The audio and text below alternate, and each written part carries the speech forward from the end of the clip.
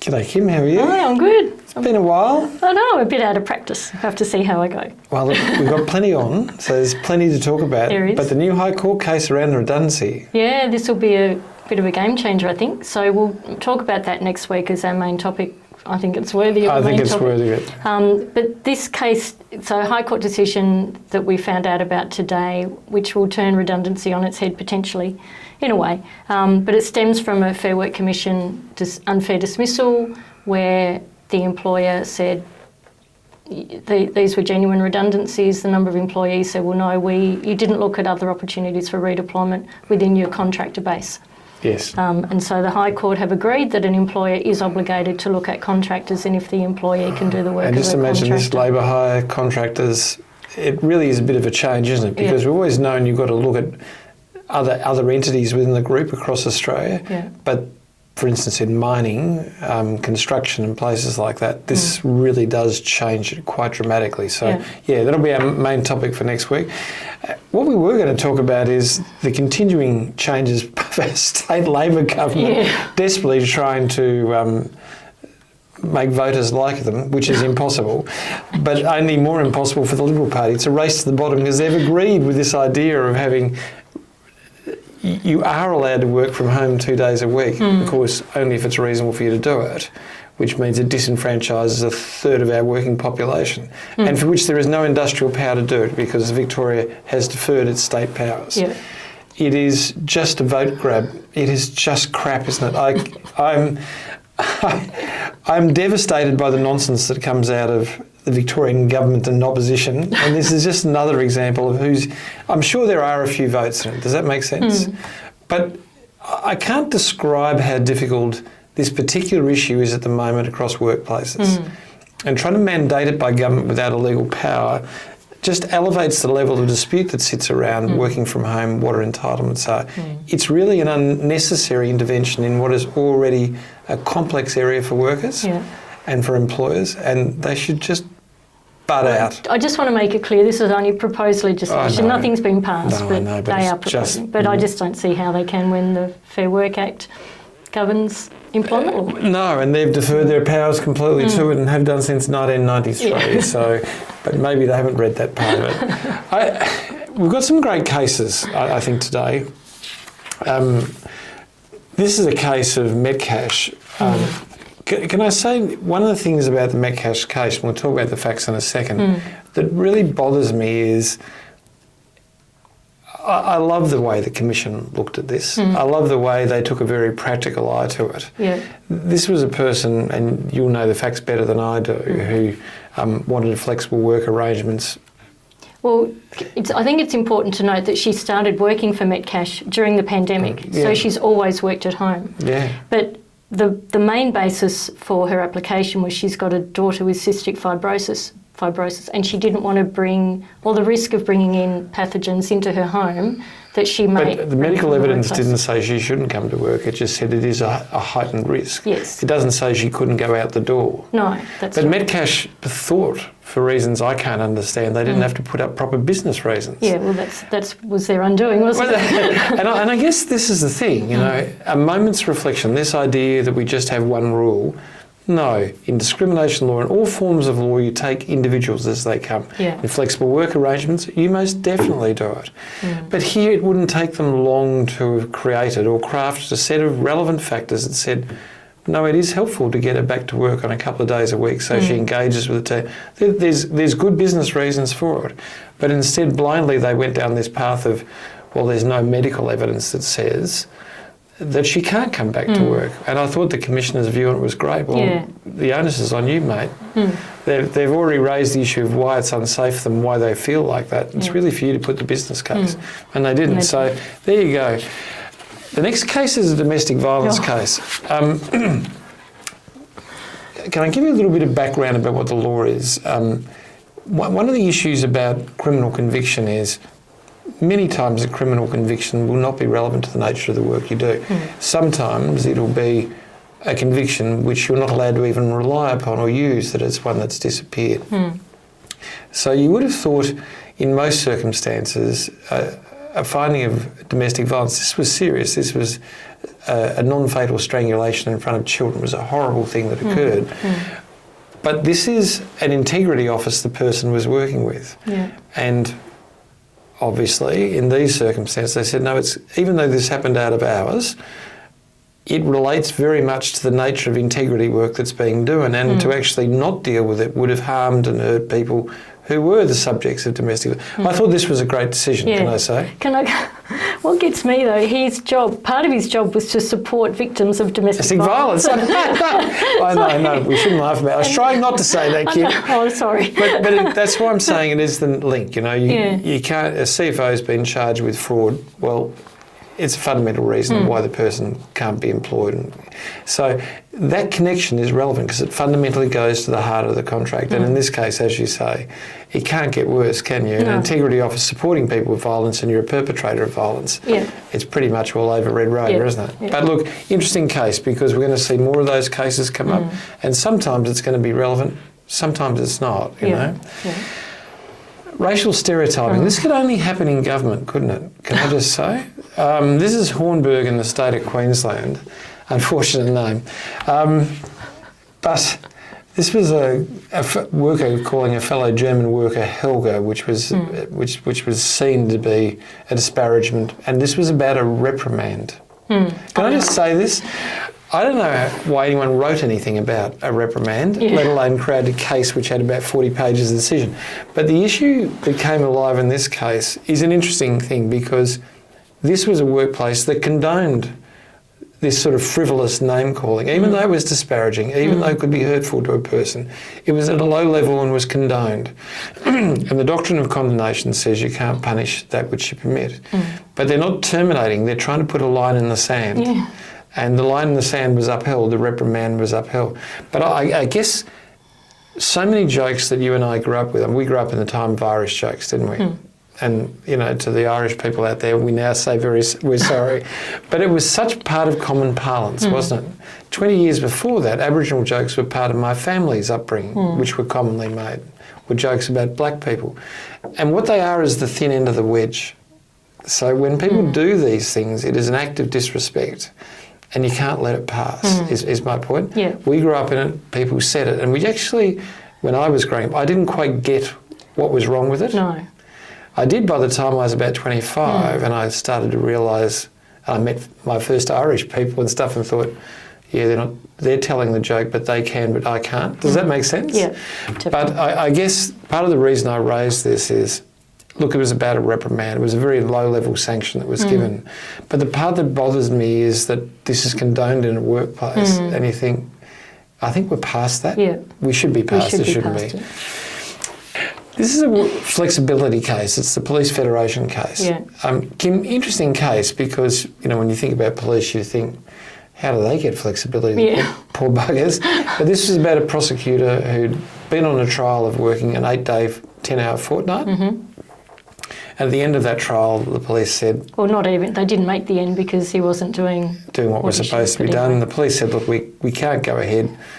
The officer said, well, I do want it, and so brought the argument. So these early flexibility cases are really enriching for us to understand what the parameters are.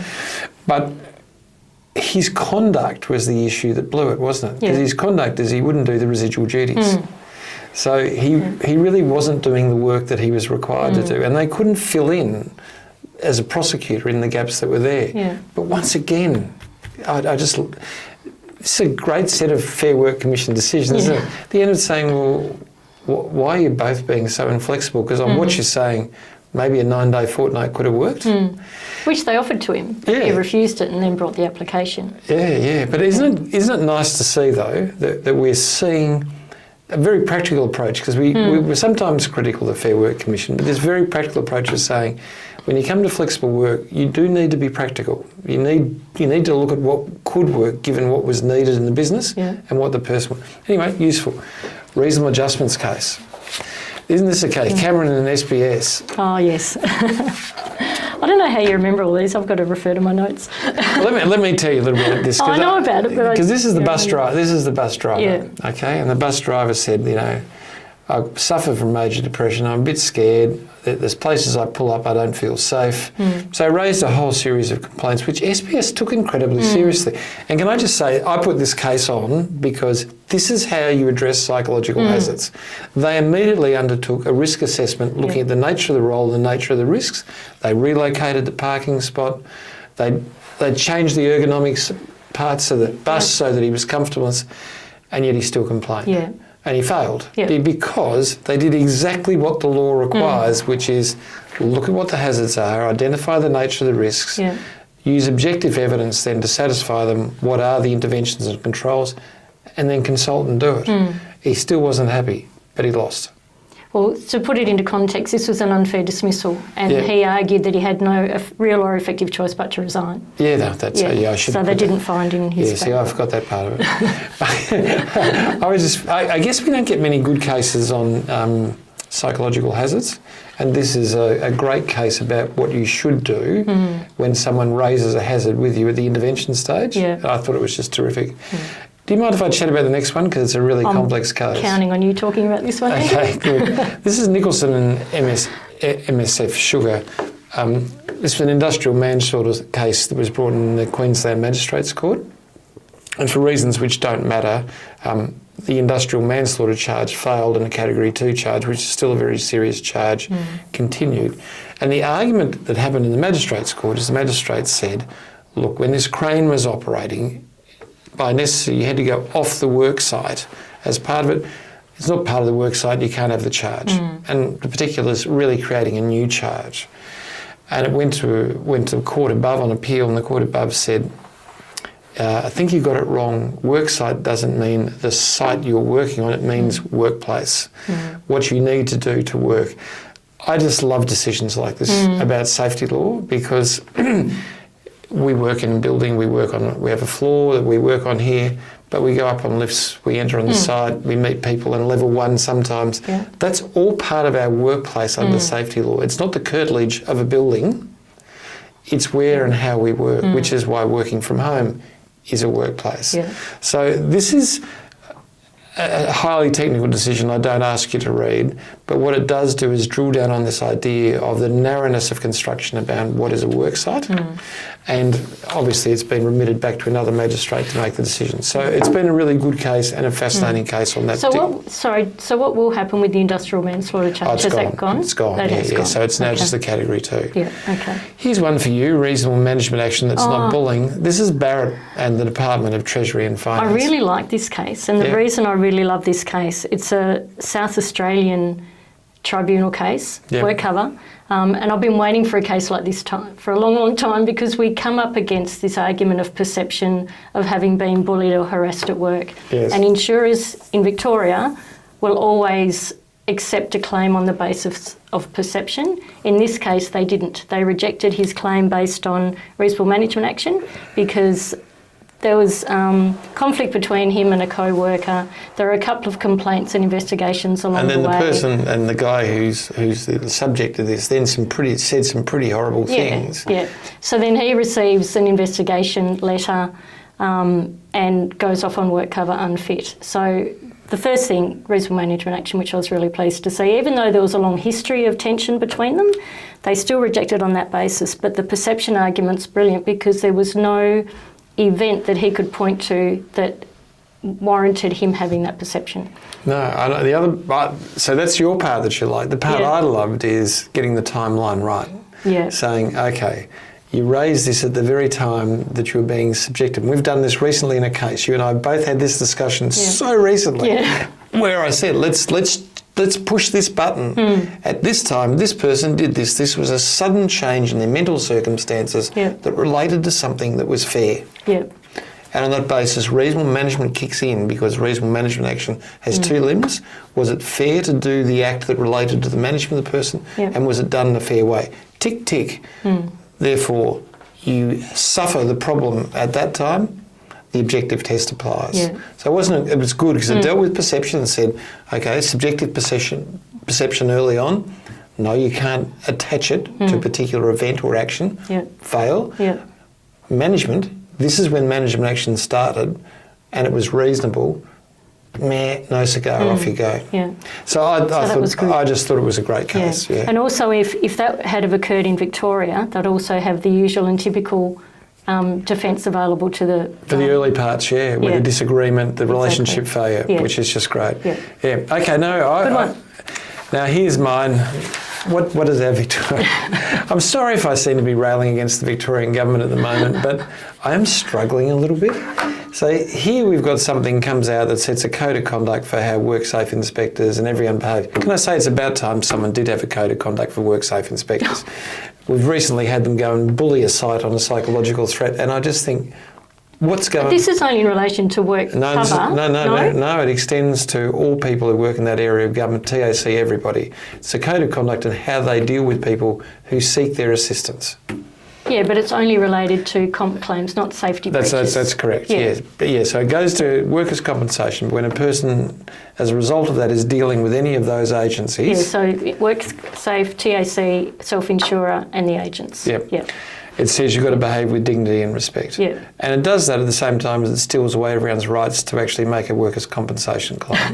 And you can't be left wondering, and you say, let me do this. You're delayed psychological hazards legislation to make people safe. You've stolen people's opportunity to make claims, and now you've got to say to treat them with dignity. Do they not have mirrors in the Victorian government? Like when they wake up in the morning, is it just a blank bit of canvas? Do they not look at them themselves? Do you think anyone thinks this is ironic? Anyway. But it is, I think it's silly. Well, look, put it this way, there's no harm in having a code of conduct that says that people will be treated well. No, but then the remedies are only going to be, if there was a breach, we'll apologise to you and we'll tell you how we'll avoid non-compliance in the future. So I really can't see it achieving a hell of a lot. Just nonsense. Yeah. It is the icing, not the cake. Can I just say though, because I've had this inquiry already from Return to Work coordinators, there will be changes to the legislation requiring coordinators to be trained and to be provided with facilities and assistance from their employers, and it will be a breach of the Act. They can be penalised if they don't comply. Yeah, I think we need to do something specific and that send some stuff out on that, because that is a change that's relevant, isn't it? Yeah, it is. But it won't come into play until probably 2027. That'd be after the election by any chance? I'm just having a guess, just after the election? One good thing about it, they will be providing greater financial assistance to the family of deceased workers. Yes. So that's a good thing, Andrew. Okay, well there's one thing that's good. All right. Here you go. Case study. Yeah. Okay. Ivy was uncertain about work. She had suffered depression, anxiety and some learning disabilities from an early age. Her home had been a violent place and she was fostered out of home from the age of 7. Ivy was courageous, resilient and determined to succeed. She went well with VCE but not without mental health incidents. University was more complex. In the end, she completed her business degree with honours and landed a professional year at one of the Big Four. 6 years later, she was a senior manager at Whittles, part of the Australian division of a big UK accounting and consulting business. At the conclusion of probation at Whittles, further psychometric testing raised health issues. She was open about her past. HR was astounded but assured her they had her back. Her boss Rex, known as Mr. T by those who knew and loved him, was entrepreneurial, loose and prone to bouts of uncontrolled anger if things didn't go his way.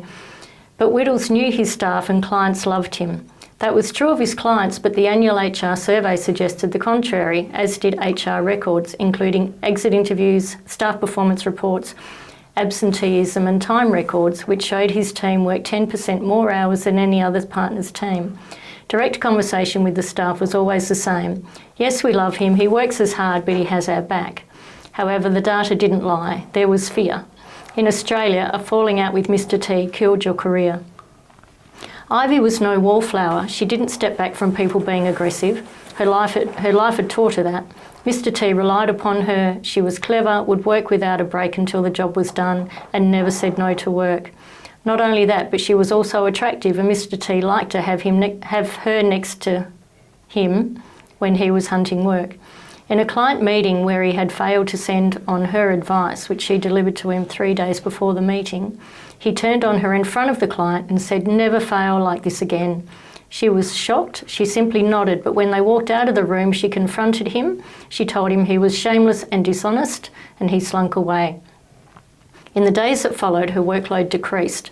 Other partners were pleased because they filled her up, but Ivy started to hear comments from other accountants that Mr. T was done with her. She had failed him with his biggest client and couldn't take feedback. She spoke to HR, who had also been supported by Mr. T. Been approached by Mr. T. Ivy gave them the evidence of what happened, but no action was taken. In the weeks that followed, Mr. T continued to exclude her from meetings with shared clients.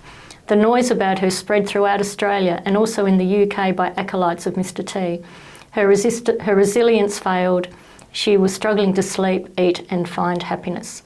She approached HR and asked for them to arrange work so she could avoid contact with Mr. T and stop the untruths that he was spreading. They said, he will not allow you to work separately and denies spreading any rumours. She said he excludes me, and they said they understood but couldn't change the work arrangements. Her health deteriorated and soon she was unable to face work. She sent through a certificate of capacity and a letter of demand from a plaintiff lawyer. All right, that was a big one, but I think it's an interesting case study, don't you? Did Whittles and or Mr. T breach any safety obligations? You can speak to that one. Absolutely, it's the answer. It's one word, isn't it? I mean, the duty of care. Was there any hazards? Yes. What Mr. T was doing breaches about 5 or 6 psychological hazards, like a clarity, bullying, it's unquestionably bullying that sits in there, workload, it just goes on and on. So clearly, what their hazards, what were the levels of risk? They were really high, and they actually knew her vulnerability. So they knew not only the risks were high, but that it could really harm her. And they put in no controls, and therefore they failed to provide a safe workplace, failed to provide systems, failed to monitor health. There's breaches there that are very, very profound, and it's probably reckless endangerment. If she suffered serious harm, she'd be there. Would Ivy have a strong workers' compensation claim? Yes, absolutely, for bullying. Could not lose, could they? Okay, I just thought the next one would be fun because we receive them on a regular basis. But what do you think the plaintiff's lawyer letter claimed?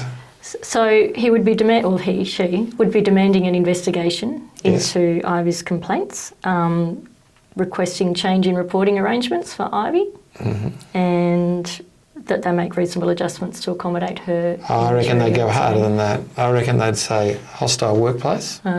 So I reckon the letter of demand would be a claim for damages, saying she could never come back because of his pervasive presence. Okay. So it'd say, A, a hostile workplace, dangerous to everybody because of his behaviour. Secondly, unquestionably discrimination, unquestionably GP claim. And they'd probably be asking if she's on about 200,000 for $1 million and she'll go away.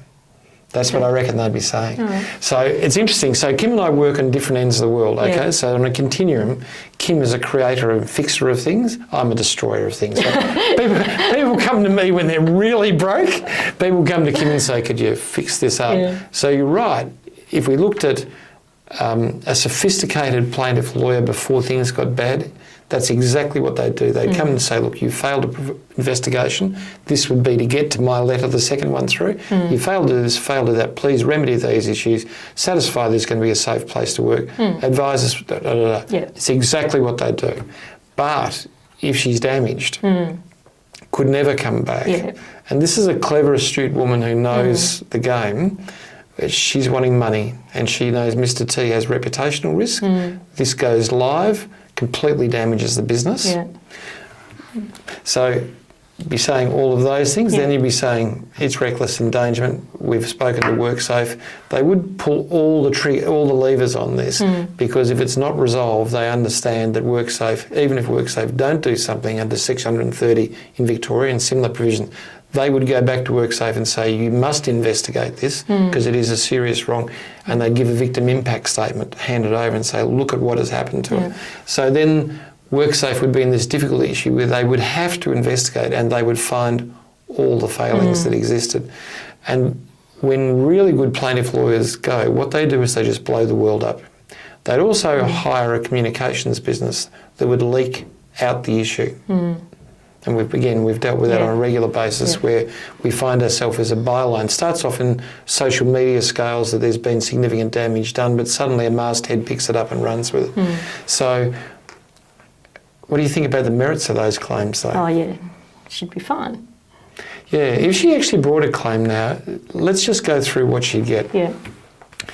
General damages or just pure compensation under general protections, she'd be over 100 grand, okay? If she's seriously knocked around, well over 100 grand. Had 200,000, say that's a salary, unable to work for 2 or 3, there's 400,000 or 500,000 thrown in as well, okay? Very seriously unable to work again, demonstrated proof of past knowledge of a condition. Yeah, you've got a claim which is somewhere between $400,000 to $1 million. Yeah. It's a lot of money, isn't it? And if you can manage to get it on the age or the financial review, if you're a listed organisation, just imagine if this is a listed organisation, very large accounting business which has a high profile and is buying business around Australia, and the financial review got hold of. So... See, I'm hoping for poor Ivy. She'd be very resilient, go back, but anyway. I hope for Ivy too, because she's a good character. Okay, Kimbo is great. It's fun, isn't it? You and I always come from things from different ways. We It's do. good, isn't Yeah, it? All right, see you next week. Thumbs up, please. Bye, Cheers. everyone.